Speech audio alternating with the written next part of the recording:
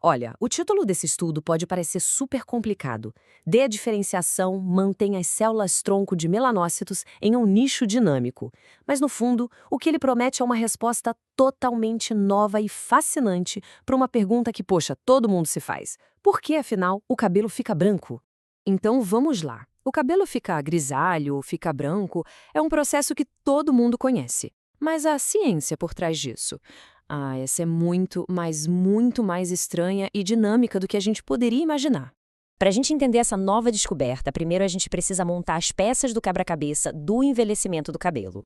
E a grande pergunta que sempre deixou os cientistas de cabelo em pé era esta: por que o sistema de células-tronco que dá cor ao cabelo falha tão antes de outros sistemas do nosso corpo?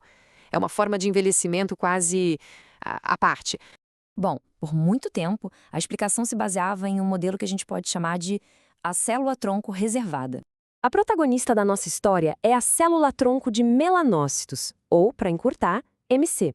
Dá para pensar nela como a célula-mãe da cor. Ela fica ali na base de cada fio de cabelo, no que chamamos de folículo capilar, e ao trabalho dela criar as fábricas de pigmento que colorem o nosso cabelo.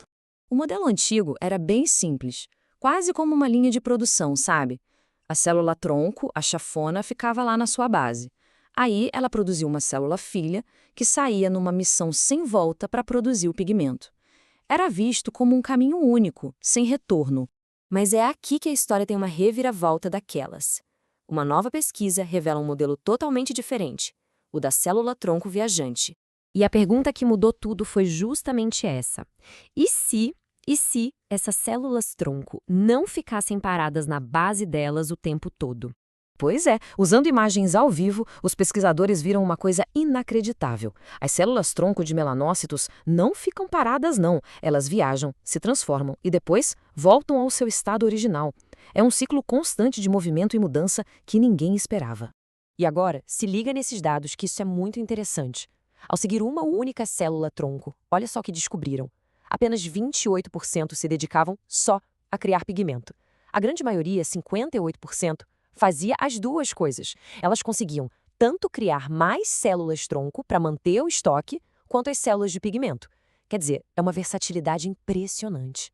E este gráfico aqui ilustra perfeitamente essa jornada. As barras mostram a distância entre as células em diferentes fases do ciclo do cabelo. Na fase de crescimento, a anágena, elas se afastam bastante. Mas no final do ciclo, na fase catágena, essa distância diminui drasticamente. Elas viajam pelo folículo e depois se reagrupam. Um sistema muito mais dinâmico do que se pensava. Essa jornada toda só é possível por causa de uma habilidade impressionante. A dediferenciação.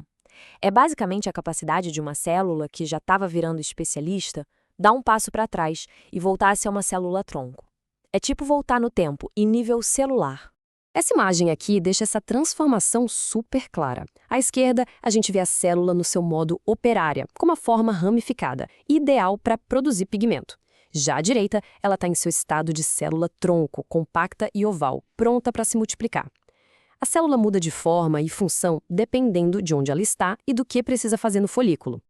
Ok, então se o sistema é tão robusto, por que ele falha? É aqui que a gente entra no paradoxo das células-tronco encalhadas. O ponto crucial é este. Com o envelhecimento, a maior força dessas células, a sua mobilidade, acaba se tornando a sua maior fraqueza. Essas imagens do estudo são a prova visual. Vamos focar aqui nas imagens com fundo escuro. À esquerda, um folículo jovem, de 3 meses. As células marcadas em rosa estão bem agrupadas na base. Agora olha à direita, no folículo de 14 meses. As mesmas células estão espalhadas, presas em locais onde não conseguem mais trabalhar. Elas se perderam no caminho. E os números confirmam isso. Como a gente vê no gráfico, em folículos envelhecidos, quase 30% das células-tronco ficam encalhadas na região do bulge. Elas não conseguem descer para a base do folículo para se transformar em células de pigmento. É um aumento muito significativo em comparação com os folículos mais jovens. E o que acontece com elas? Bom, como o diagrama mostra, essas células ficam presas na parte de cima do folículo, na região chamada bulge. Ali, elas não recebem os sinais químicos certos para amadurecer e descer até a base para produzir o pigmento. A célula-tronco ainda está lá, mas está no lugar errado para fazer seu trabalho. Certo? Então vamos para a parte final e ver como isso abre um caminho totalmente novo para pensarmos sobre o envelhecimento e, quem sabe, o tratamento para cabelos grisalhos. Isso representa uma mudança de paradigma. A abordagem antiga tentava reativar células-tronco que se pensava estarem dormentes. A nova abordagem sugere algo diferente: encontrar uma maneira de desprender as células encalhadas e ajudá-las a se mover de novo. Como os próprios autores concluem no artigo da Nature, modular a mobilidade das MCS pode representar uma nova abordagem para a prevenção do encarecimento dos cabelos. É uma direção de pesquisa totalmente nova. E isso nos deixa com uma pergunta para o futuro. Se a mobilidade é a chave para a juventude celular, o que mais no nosso corpo a gente poderia aprender a desprender para combater o envelhecimento?